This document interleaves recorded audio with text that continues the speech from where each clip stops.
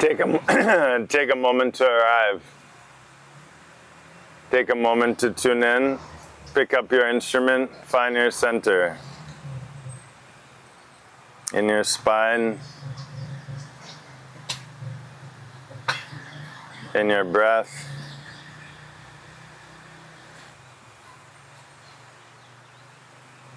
And center of your mind. Like the screen.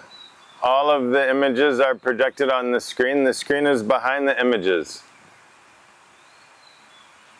In the same way, the center of your mind is behind all the thoughts and the words and ideas.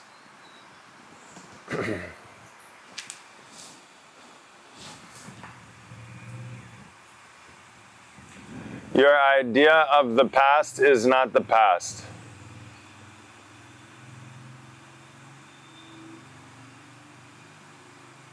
Your idea of the past is just a tiny little pieces and fragments of a few situations. Then we piece together some big story. But the past is everything that's happened everywhere at every level and dimension. And what I call the past is just a few little pieces of information that I've chosen that stick out for whatever reason. And then I build up some story around that. But it's not actually the past. My idea of the past is not actually the past. It's actually nothing like the past. It has nothing to do with the past. It's like a fantasy or dream or something. Because even someone living with me, someone here all the time, has completely different story about them. Completely, in every way possible. In every way possible. So there is no objective past. There's no past. And the same with the future. Really what we call the future is just a calculation based on probability and our own experience. And so our idea of the future also is not the future. And also our idea of the present moment is not the present moment, right? It's a distortion. It's just, it's like a dust on the surface, but it can't touch that which is. So it's not possible to think or understand that which is. Including myself. My idea about myself is not myself. The idea of who I am, my idea of who I am is not myself. Just one version that goes on changing and over time. My own idea is not myself. Myself is everything, everywhere, the infinite. And so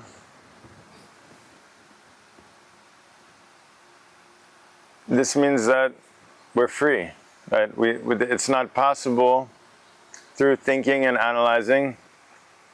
My idea of the flower is not the flower.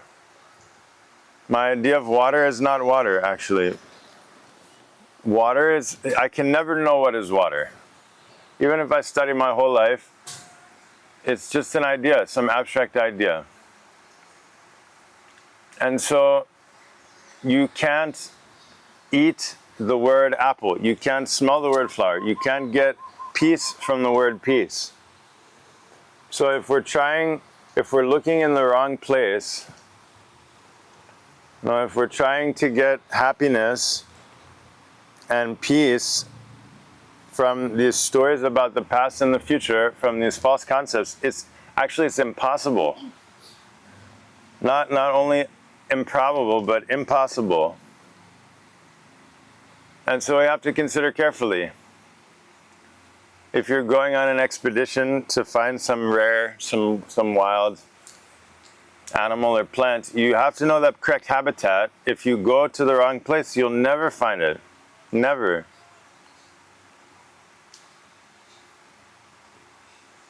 And so we have to consider very carefully, where can I truly find peace and happiness? Where will it be? At work? Will it be with my family? Will it be alone? Is it in the city, the countryside? Is it at nighttime or daytime? What is the correct time and place?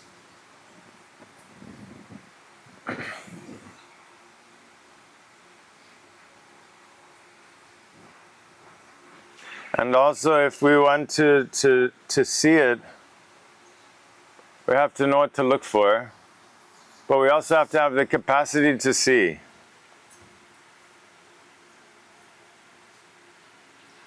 For example, the human eyes can only pick up certain light spectrum. Our ears can only hear certain sounds.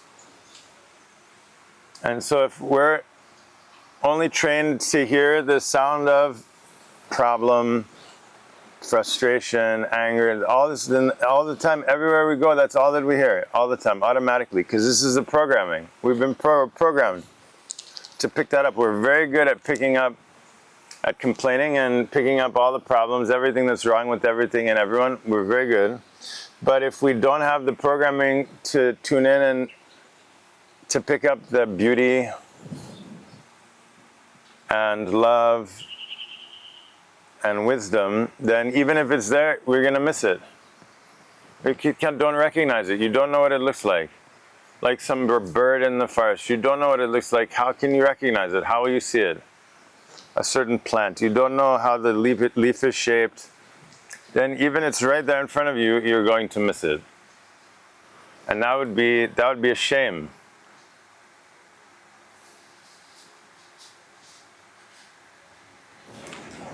If peace is sitting there next to you, inside your heart,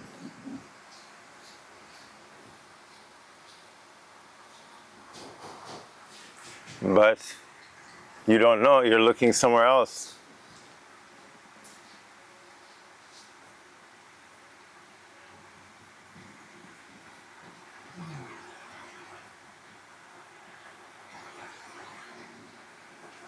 So, peace is not a thought or a philosophy, it's not an equation, it's a vibration. It's a rhythm, it's a pulse. Same with joy, love, all of these are not thoughts. So you can't reach there with the mind. Mind has its use, very wonderful tool.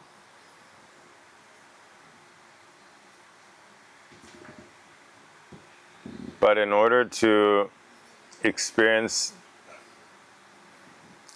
real happiness, not possible with the mind, with thinking. Because mind is what? Attachment, likes, dislikes, control, expectation.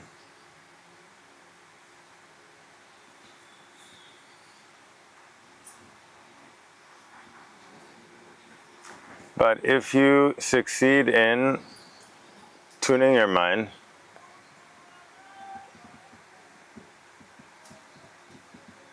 and then you relax, then immediately you feel this wave of love, wave of peace, wisdom, sprouting from within.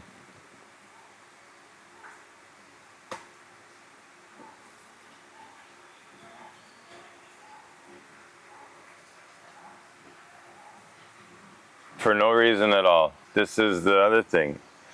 Happiness, if there's a reason, then this is conditional. Then it's, the reason goes away, happiness goes away. Or it's a person is attached to an object, right? Then it depends on the object. Then something changes, it's gone. So this isn't, and we always have that fear, oh, it's going to change, oh, it's going to go. So the true happiness, true peace, arises spontaneously for no reason at all. Like the sun shining, like the flowers blossoming. Smile, the real smile, for no reason at all. Not the smile to get to seduce another person or smile to get someone's attention or whatever. All that's the posing. That's the pose, not the poise. Flower is not posing. So to be natural, only possible when you're rooted, grounded in yourself, in your breath, in your nervous system, in your heart.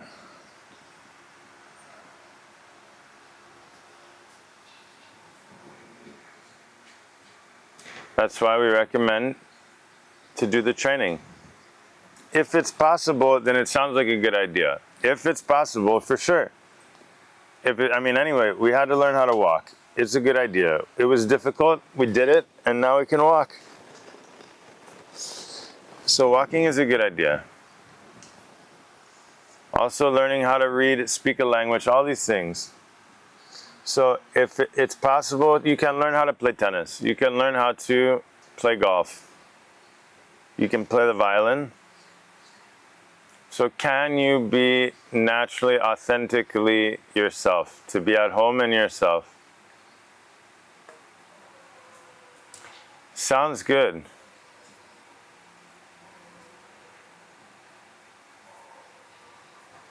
So you have to investigate and find out. Even small improvement. Now people practicing golf like crazy, just a small improvement in their stroke. They get a less par on the course.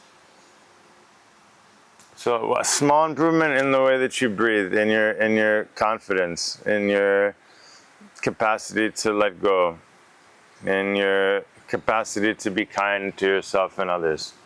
That's radical.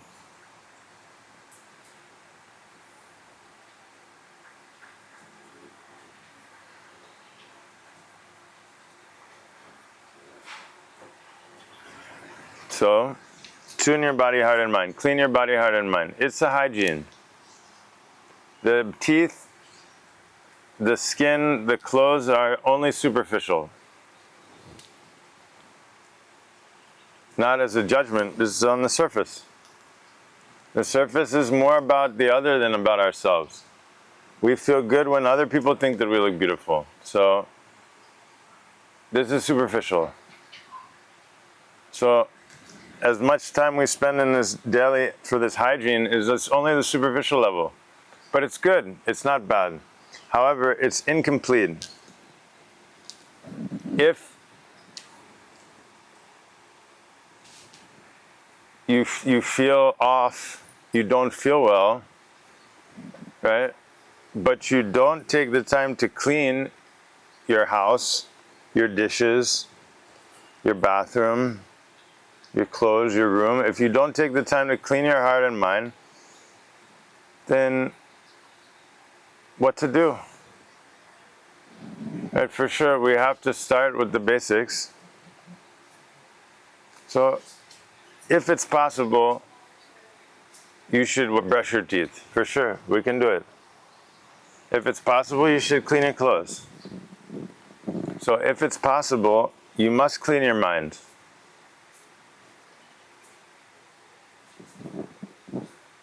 Otherwise, it's like we're living in a pile of trash. Everything, it looks very beautiful on the surface, but inside full of trash. Mind is full of trash, full of waste.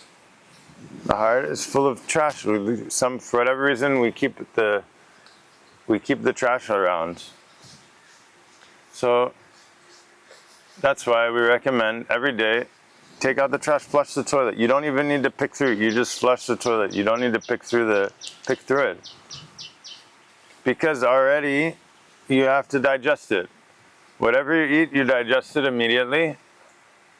And then what stays is that essence. That essence becomes you. The rest of it, you immediately have to get rid of that waste.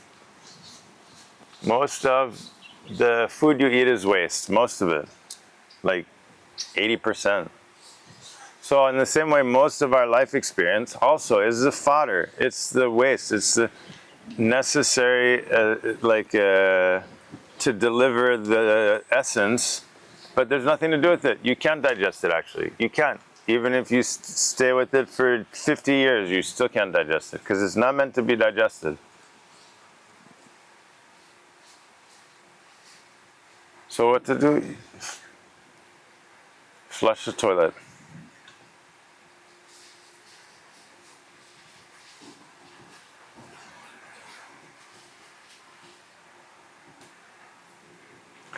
And through the daily training, daily warm-up, daily tuning, then the habit becomes grounded, relaxed, flow. You train until that becomes your habit, your baseline.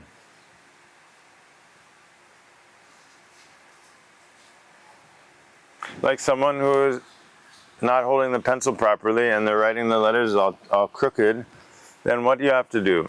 You don't need a new pencil, or you don't need a new paper, or you don't need to study about ancient scripts and all these things. You need to pick the thing up and do it again correctly, again and again, do it again and again, again and again and again. And then somehow, eventually, without trying or knowing it, it just becomes automatic. It has to be like that. To be present must become automatic.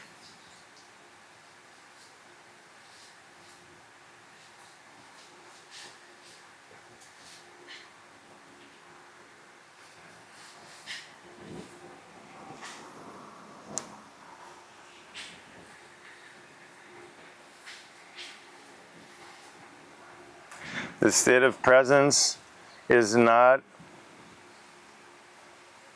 it's a natural state, normal. It's not, it's extraordinary, but it's at the same time very ordinary.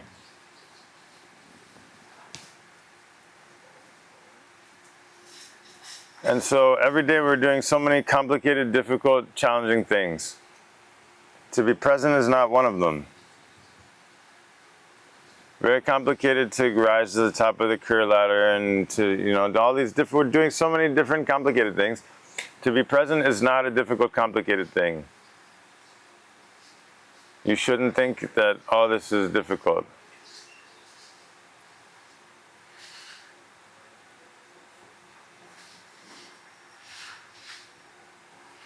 You have to think this is a natural state.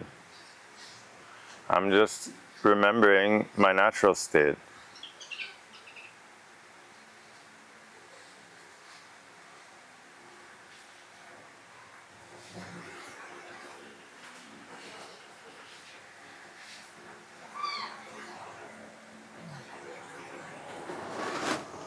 We have a whole pile of questions, so we might as well start. Let's see. Question 1. Happy birthday to me. It's good, but I'll tell you, it's true, I live every day like it's my birthday. I live every day like it's a holiday, like it's Christmas or Hanukkah or whatever. So if you're waiting for that one day, you're going to miss it. You can never do it. It has to be every day. Every day, 24/7. The sun is shining full power. So if you wait for your birthday, you miss it. Let's celebrate every day. And that's why we have the song. Have we learned the song yet? Did anybody learn the song yet? No? All right. Okay, I'm going to teach you guys the song then. All right, we'll sing and you guys can join in after the first time. Happy birthday to you. Happy birthday to me. Every day we are born. Every day we are free. Happy birthday to you. Come on, everyone. Happy birthday to me. Every day we are born. Every day we are free. Faster. Happy birthday to you. Happy birthday to me. Every day we are born. Every day we are free. Woo! So it's true. Every day, every breath.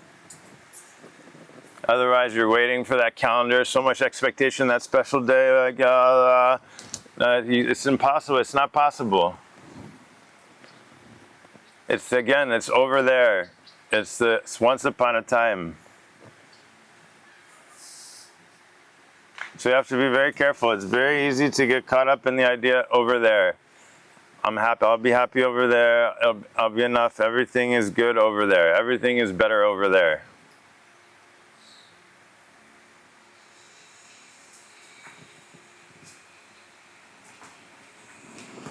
Question 2.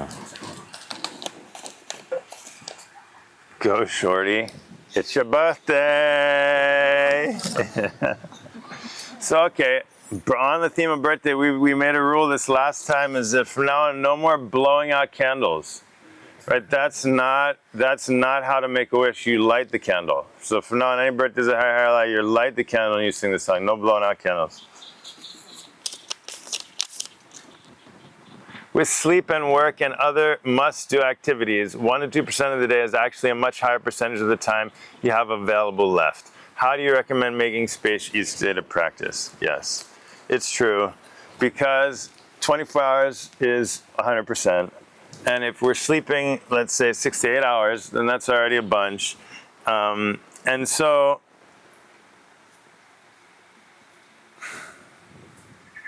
every day we make time to take a shower, to change our clothes, to brush our teeth. Every day we also make time for YouTube videos and this kind of thing, and so many things. Really, it's a question of priority. What is the main priority in your life? What are the priorities? Whatever your true priority, not what people say is the priority, but what the true priority in your heart is, then you're going to make time for that. No question, you're going to find time. You'll have more than enough time for whatever, and that's why we have to get clear about what really has value in this world. What has value? What is valuable? Right? Because nowadays, in general, the path is we neglect ourselves and ignore ourselves in order to succeed in the world. Right? We neglect and ignore our heart's longing, our freedom, our peace, all the things, the true joy, all this, the essence. We have traded that in. We've sacrificed that and traded that in for success. So what does that success look like? No, we have to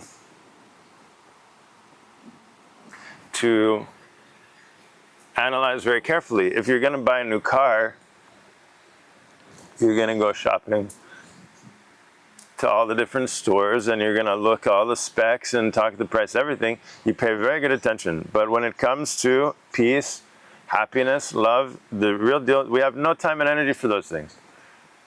And so we have to understand that the practice, it's like wiping your ass. It's like you can't not do it, right? It's like you wear your clothes get dirty.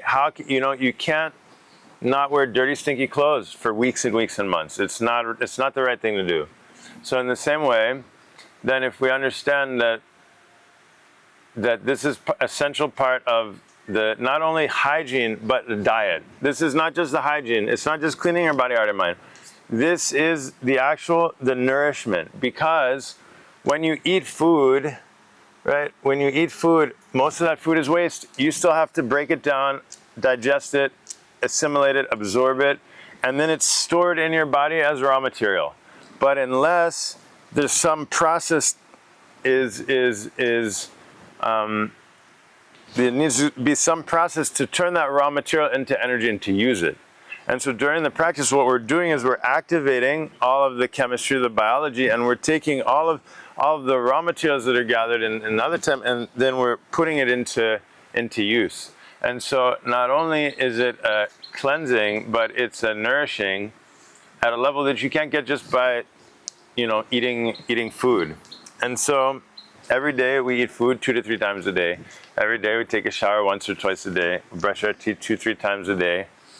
And so if it's possible to be more centered, more focused, more alive, more present, more real, more creative, then whatever the cost is worth it. If the cost for that is dedicating a few minutes a day to be with yourself, to spend time with yourself, right? Because what is this practice? It's not a chore to be checked off a list. It's like, this is an act of love, right? To water your garden, to be with yourself, to listen to yourself, right? To this, we don't do that. We don't spend time with ourselves. And so the practice itself is like making love to oneself, to the universe. It's a deep relationship and connection. Without that, how can we be present for anyone, anywhere, anytime? If we're not present with ourselves, if we don't give ourselves that little iota of space and love and to be ourselves, then for sure we'll be faking it with everyone all the time. For sure. So it has to become, in a sense, like a non-negotiable. In the past, we used to live in harmony with the cycles of life. Nowadays, we're living in a false time. Monday through Friday, 9 to 5 is not the real time. This is consumer time, business time. But it's the lunar cycle of the seasons and all of this. So all of life is in one time, and then we're living in this Monday through Friday, 9 to 5, false time. So everything is off then. the whole rhythm, the whole way of life is completely out of balance. And this is only a modern thing. Again, this is only past 100 years, maybe 100, 200, 300 years, something. And so there's no solution because it's an unnatural problem caused by an unnatural way of life. And so there's no way, there's no way to fix it. So it's both good news and bad news.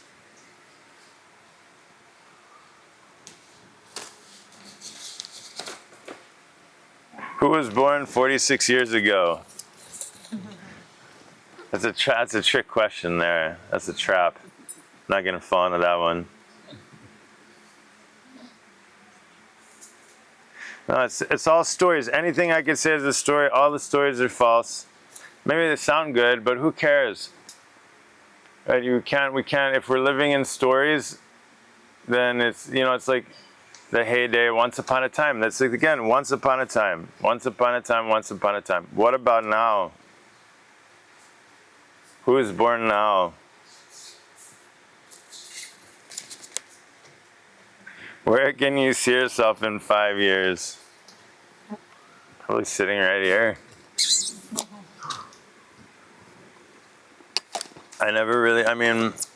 I get visions about what's unfolding and coming and stuff, but I'm not like a 5-year, 10-year plan kind of guy. But I think, yeah, I'll definitely be right here. I'm not going anywhere. I stay in Cambodia, either in Cambodia or India. Doing the same stuff.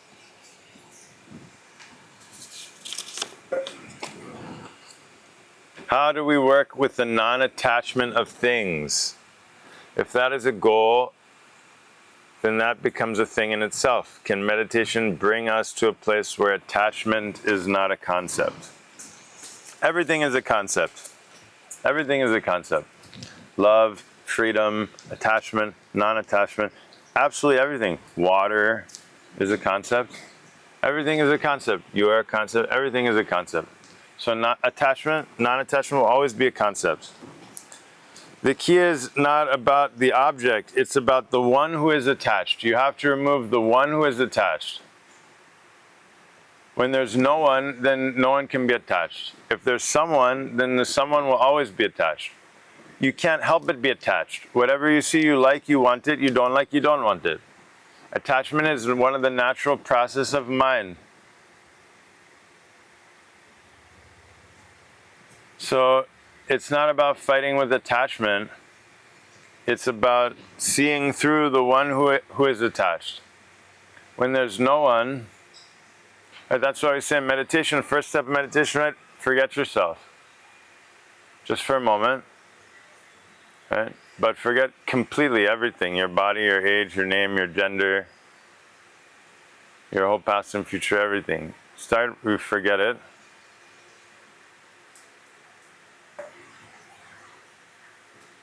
Then attachment doesn't arise. But as soon as the I arises, immediately you're attached to everything. You're on the center of the stage. Everything you're considering in relationship to yourself. Everything in existence you're considering in every moment and judging it based on relationship to your own existence. How can you not be attached? You kidding me? So it's a concept. At night when you go to sleep, deep sleep, waking, dreaming, sleeping, deep sleep, you have attachment? No attachment. You don't know your body, you don't know your mind. You do it every day. Every night you go to sleep, no attachment. So you have to bring that, like in deep sleep. It's a paradox, but the deep sleep is the true waking state. The state of deep presence, where you're not disturbed by any of the senses or sense information.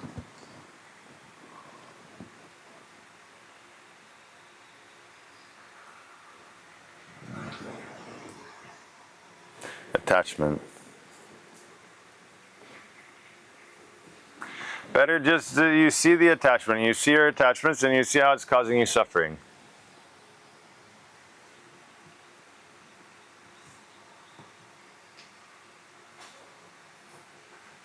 That suffering is very useful. That suffering is grace. Like if you bump into you walk into a post, so you cut your leg, you have pain in your leg. Is that pain a problem? No. That pain is a messenger, is a message.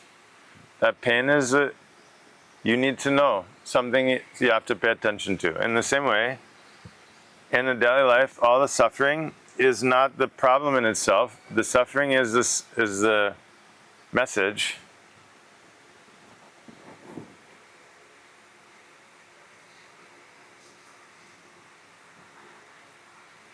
So, whole life is school. The whole life, we're here to learn.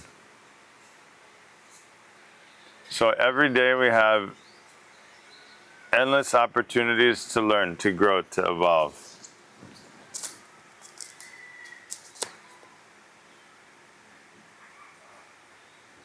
And so without attachment, we don't take anything seriously. We don't take our body seriously, anything. Attachment is part of everything is perfectly calibrated in existence to give you the experience that you need.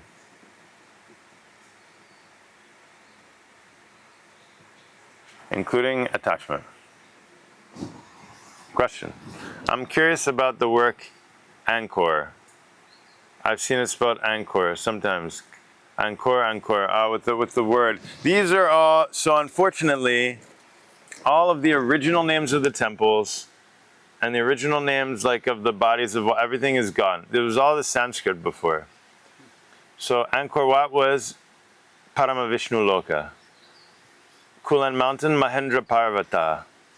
No, where we were before, Hariharalaya. This was the name of the old civilization. The Mekong River, Maganga. And so the names are very significant. The name itself carries a vibration and a power and everything. Now all the names have changed. So Angkor was a name given at a later time. No, they actually don't know. Actually, because of certain historical and religious reasons, they're not able to know. They don't. The history of Cambodia has been rewritten in a funny way. But at the Angkor time, this word, it's not clear where the word Angkor comes from also. So a lot of the scholarship is missing. Whereas in places like Egypt or Machu Picchu, you have a lot of scholarship and a lot of people, also mystical people working energetically. Here you don't have that. So it's, in a sense, it's raw. And you can access these grids. These are all power grids. They're very, very expertly engineered and laid out in ways that we can't even fathom.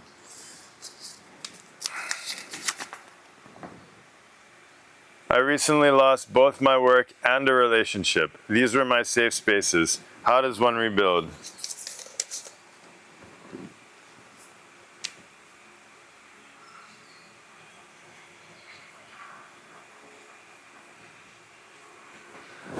Really, you can only rebuild something when you tear the other thing down. If you're trying to renovating often is even much more difficult. You have to deal with so many problems because everything's in the way. So actually rebuilding is like a forest fire. And then the forest rebuilds. So often to have a clear cut is the only way. Otherwise, it's like halfway. We're halfway. And then when we're halfway, we're nowhere. So if you want to build, you should start with the foundation. Strong foundation, good soil, good garden. Strong foundation, good building. So foundation is in your spine. And your breath. No, make your breath, you can have a goal. Everyone wants to lose weight and look beautiful. So make a goal to make your breath beautiful and awesome, to have the most awesome breath, where your breath is so powerful and smooth and ease and everything. When your breath is beautiful, automatically your nervous system will be beautiful. When your nervous system is beautiful, then your inner rhythm, your heart becomes beautiful. Then your eyes become beautiful.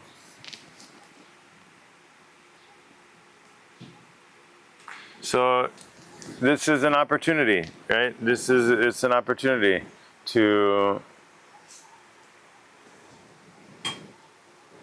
rise to the next phase of evolution, right? Or we can fall backwards. We have both are possible. We have both in front of us. And so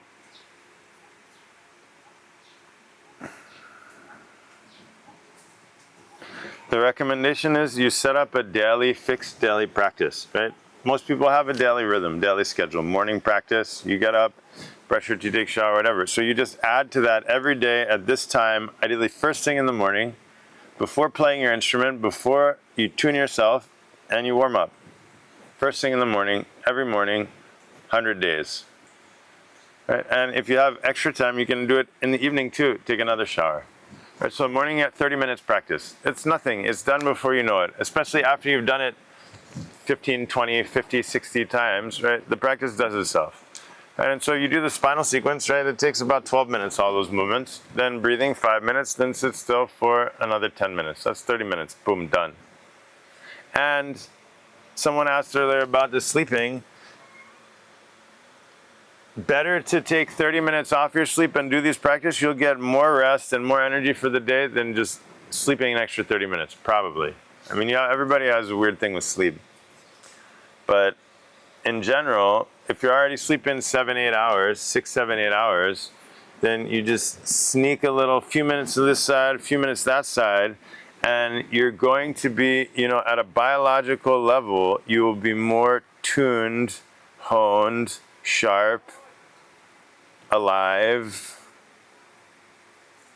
and a few extra minutes of sleep is not going to do that for you. Or it might. You have to test. That's what I say. A/B testing. Do it. Test it out. See what works. For sure, the musician who warms up before playing is going to play better. No question. No one will question that.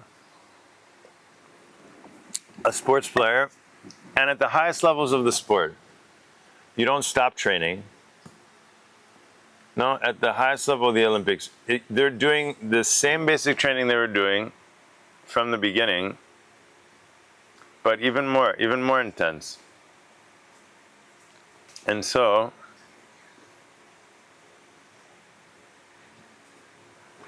if life is so easy, we don't need a training or warm up, then go for it. However, if, for example, every day you play ping pong, every day for 20 years, 30 years, and after 30 years, you keep getting worse at it, right? It gets harder and harder, and somehow, despite playing all day, every day, is more and more difficult, right? Then something is wrong, right? Either the technique, right, or the understanding of the game, or something is off. Something must be off. It's impossible to do something all day, every day for a whole life, and somehow, and what we're talking about now is to be yourself.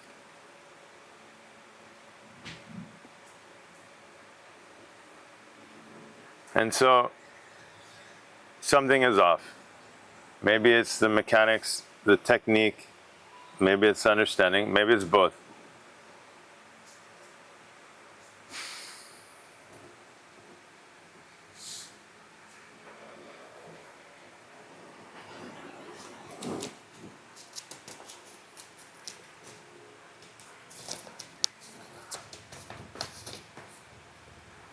How does it feel like to be reborn every single day?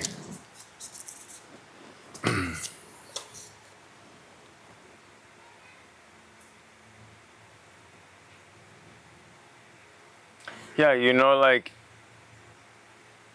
when you're waiting for something, like a date, like a date you're looking forward to, or Christmas or vacation, that feeling of excitement, enthusiasm, to feel that every moment, like a child. It's the childlike state. But when you're born every day, then you're not thinking about it. You're only thinking about it when you're not born every day. Like the same, when you're happy, you're not thinking about happiness, because you're living it. You're only thinking about happiness when you're not happy. When you're truly in a peaceful state, you're not thinking at all about peace. Quite the opposite. So, like a child, we all have that experience. Now we have this unfortunate, the modern concept of adult is only within the last probably like 40, 50, 60 years, where adult means complete cut off from everything that brings you joy, and dancing and fun and just all the time serious and working and like this is a kind of a modern trap. But before, when we were living in extended families and still interacting with all different of the ages every day, then there was this aliveness and playfulness and that was obvious. Now we're just alone and looking at the screen and the flashing lights and everyone's lying and cheating and stealing and everyone's sexy and cool and everything. And it's all empty, and there's no feeling of, there's no connectedness. And so as a result, we can't see ourselves also.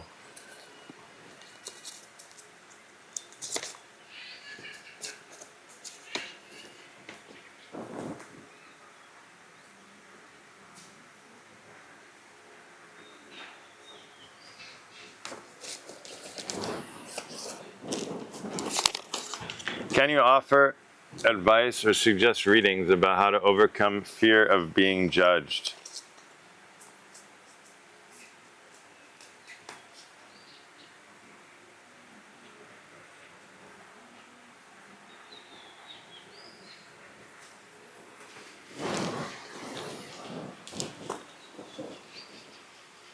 When we were young, like very, very, very young, then our parents had a certain schedule, like, oh, now it's time to eat.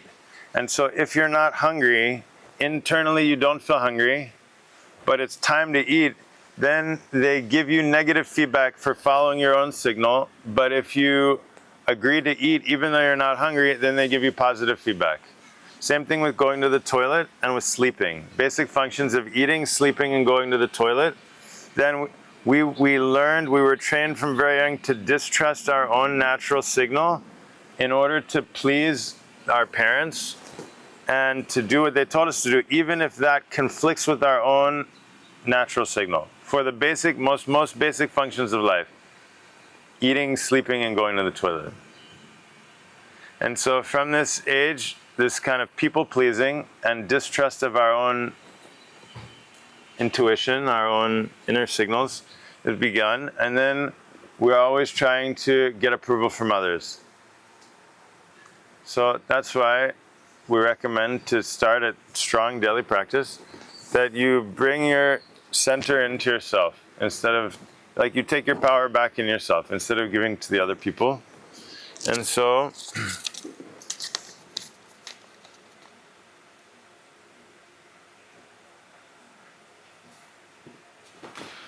really good exercises to do are like this improv acting exercises, or improv acting classes, or improv movement classes, right? Or playing sports, or doing some arts and crafts or something like that. To be bad at something. It's good to be bad at something, then we learn so many things. To be good at something, also we learn some things. But then we get so much pride in everything. So, yeah, we have to, again, it's in the nervous system. So when your nervous system becomes, you're like, the roots of the plant become deep and stable and strong, then you can experiment with these things, and you see that, it doesn't, feel uncomfortable, but it doesn't kill you, and then it makes you stronger, and then you get, you just write a new story.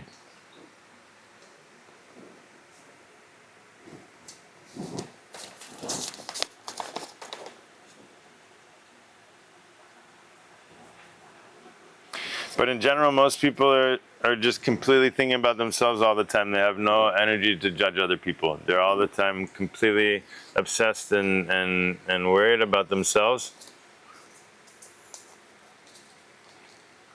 So the biggest judge is ourselves. The one who's really judging ourselves is not the other people, it's ourselves. And we're projecting through the others. We're projecting, they're judging me, but really we're just judging ourselves.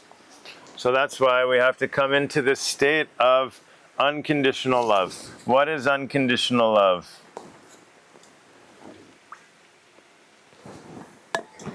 X loves Y because of Z. Right? X loves Y because of Z. What's a Z? Z is the condition. I love you because you're beautiful, because you're nice, because you helped me, whatever. So there's a condition. So if there's a condition, that means that that condition can change. So that love is not actually really love. It's more of a agreement. It's a negotiation. It's an exchange. So now we take away the Z. Now X loves Y. I love you. I love her. I love this, but I don't love that. Right, so now we see if love is dependent on the object, then very easily one thing can pass from the category of loved into not loved. And so also this is not pure. What remains is X loves, I love. But if it's dependent on me to do something, I need to do something to love, then again it's trouble. So you take away the subject, the object, and the cause or condition. All that remains is love. Like the sun shining. This is love. No consideration who it's shining on, anything, full power all the time, no question. So we need to, through meditation, to enter into the state of pure light, of pure love, and to fill your cells and your spine and your breath with that love.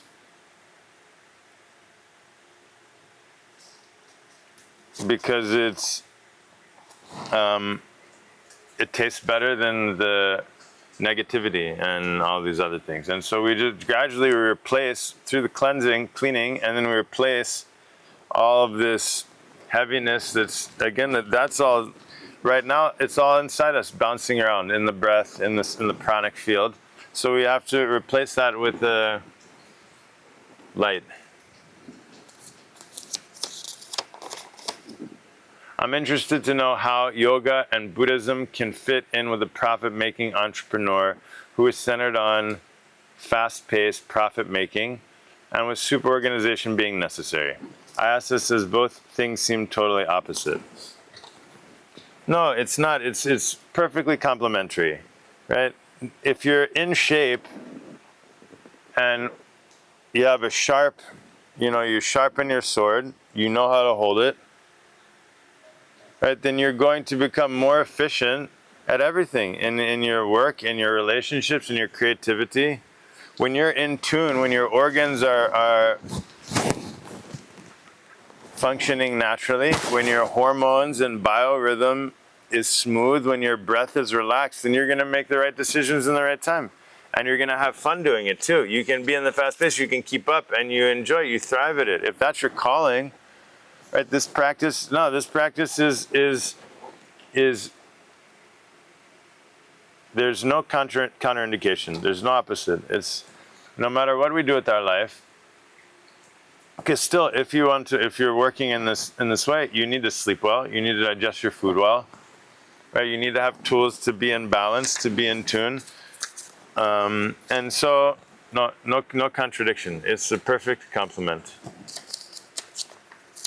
How to know the difference between being uncomfortable and being in pain, which can cause injury.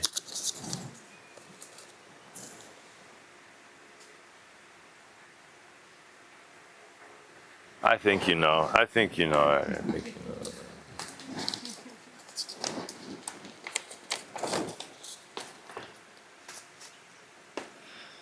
I am struggling clearing my mind during meditation. How can I train that? Yeah, so that's why before meditation we do the movements, and then in between each movement we hold the breath and go into this state of deep meditation. You see, it's not like, oh, meditation time, not meditation. We're continually coming back to that poise throughout the practice, so that even if you're meditating 20 minutes, and in those 20 minutes for 3 seconds you have this moment where you're totally, like, it just clicks. You're completely free, no thoughts, no mind, right? That is great practice. Right? We shouldn't expect that we're going to have 20 minutes of this or that, right? Even just one glimpse, one drop, one tiny speck of presence is life-changing, totally life-changing.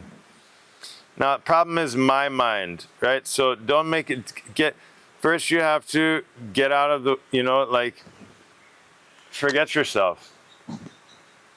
Right? If I have the idea like, oh, I've got this big house and I have to clean it and sweep it all, that's it. It's daunting, right? So the idea I have to clean my mind, I'm responsible. I'm gonna clean my mind and it'll be clean. No, all you need to do is get out of the way, right? And then life will clean your mind. The same way, like life digests the food. You're not digesting the food. Life will digest the food. So the key for meditation, that's why I said don't call it meditation. But instead, for a moment, just be still. Don't move. Forget yourself.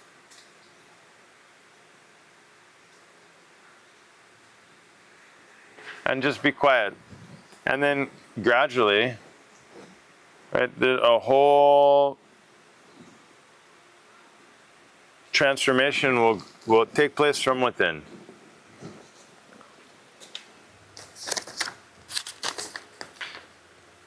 Tell us more about the sunrise visit to Angkor. Tomorrow morning, I'm going to have a 15-minute talk about that.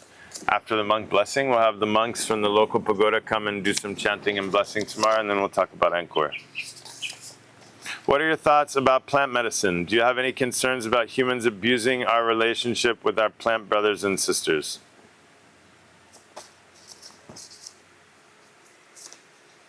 So I think that we have medicine for everything. If you're constipated, there's a certain plant you eat. If you have a headache, you take another plant, right? If you have insomnia, you take another plant. So if your ego is tied in a knot and you're spinning in circles and banging your head against the wall, then there's a specific medicine for that. And I think it's very useful. And I think especially in the modern context, many people would benefit from a good dose of plant medicine, right? Whether it's mushrooms, ayahuasca, even things like MDMA, ketamine. There's a lot of research, and I think for reprogramming the nervous system, it's very, very useful. And in 1 or 2 doses, you could, clear away years, decades of stuff that's just nothing to do with that. And so I'm a strong believer in working with the plant medicine, just like fasting, right? I think it's really good, really healthy, every couple months to fast, to cleanse, to allow your system to heal. Take silence, right? In the same way, working with the plant medicine seasonally, right, can really help to bring one back into communion with life. We get so serious and caught up in our story in our heads and disconnected from we can't feel it. Even when we see nature, we can't feel it. So the plant medicine is very good for that. As far as our relationship, we're abusing everything. I mean, I don't think working with plant medicine is any more abuse than what we're doing in this mass farming and supermarkets and the way that we're commodifying everything and the same whatever abuse we're doing to plants and animals, we're doing to ourselves and we're doing to one another. So no, this is the time. This is the dark ages. This is the age of abuse. That's like all that we know how to do. Right? This excessive consumption. I mean, gosh, look at it. We have everything. Everything's so convenient and easy, and people couldn't be more miserable. And so this is the dark ages, and so that we can't change. We have to work with it. We have to work within this context. Are we our brother's keeper? To what extent?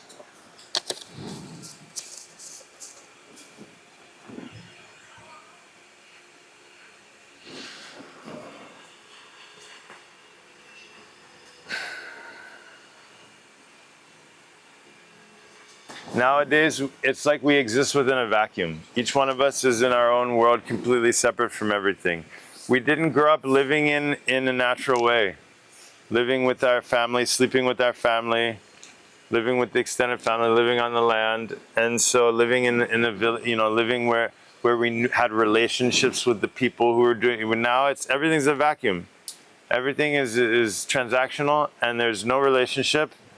And so in this context, how can we say that? How can we even turn the other cheek or be kind to thy neighbor? Everything it's all empty. It's all sounds good once upon a time.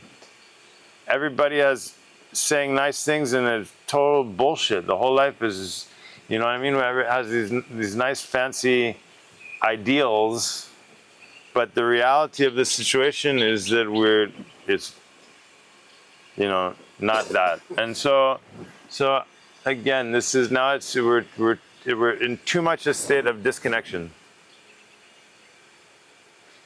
If you're deeply, truly connected, then you wouldn't even have to think that. There wouldn't even be a question about that. There wouldn't even be a question. When you're in a state of connection, because my brother is not just a human being that looks like me or something. My brother is this tree. My brother is the grass, is the insects, and everything is my brother. But there wouldn't even be, it's like, am I my arm's keeper? You know what I mean? It's like when we experience the whole of existence as part of our own body, then it's not even like it's a non-thing to then take care of that. Okay, 3 more questions, lightning round. Old habits are hard to break. Replaying the past, worrying about the future, as well as maintaining a daily practice of tuning. What advice can you give us to remain present in the daily life?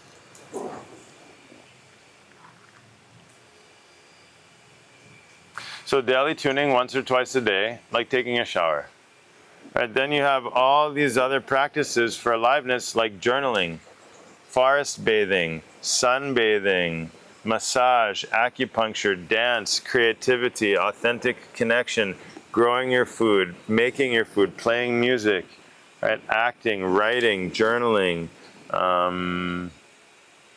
spending time with children, spending time with animals, being with the elements, being in the water, being in the hiking.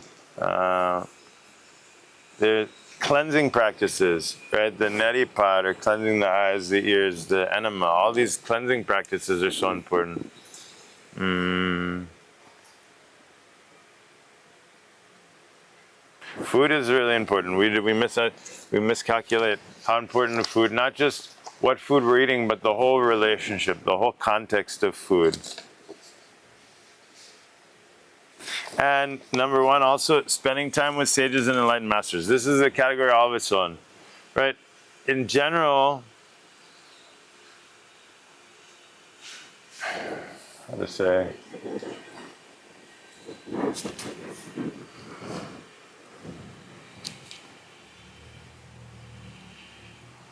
Anyway, no, I just leave it at that. Spending time with the sages and enlightened masters.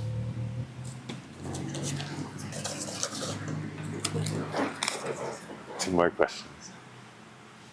How can I train and improve my sitting position? Yeah, actually very easy. You just have to do it again and again and again and again. So during the day, when you're eating, when you're reading, when you're working, you have your cushion, whatever you need, you have that, and you come up to a position, and you just go on with your life doing what you're doing. Right? And if you can do it for 10 minutes, then do that 5 times a day, whatever. And then you do it every day, and then 10 minutes will become 12 minutes, will become 15 minutes. You're retraining your muscle memory. In addition, right, you're doing your daily yoga practice. So the 2 recipes we give here are general for tuning the system.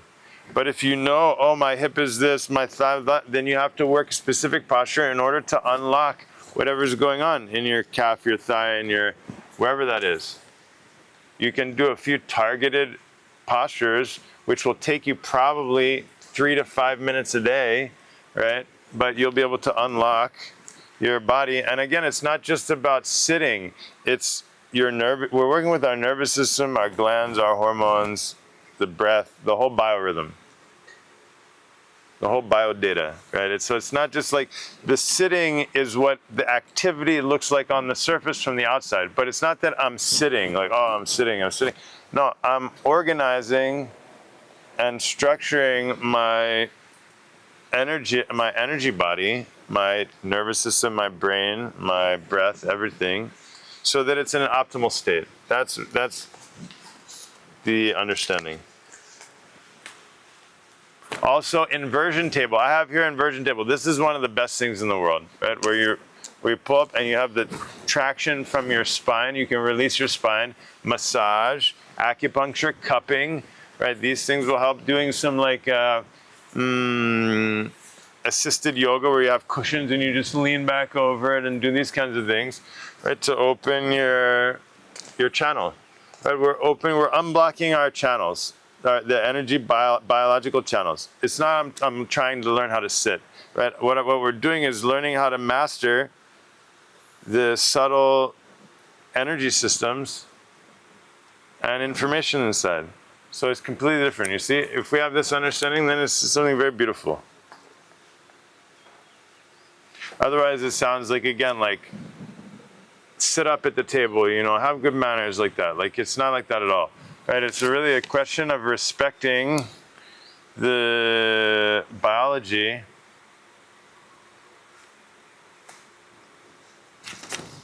Happy birthday to you. Happy birthday to me. Remember that song. This is literally the best birthday song. Way better than the other one.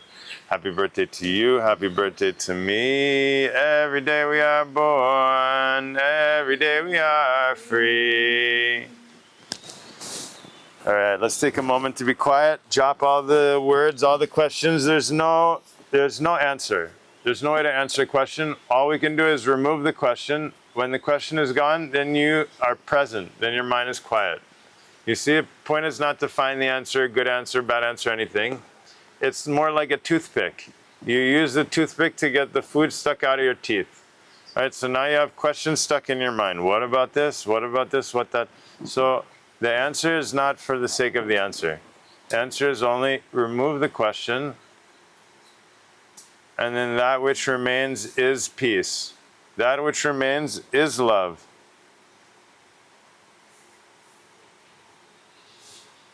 So be quiet for a few breaths.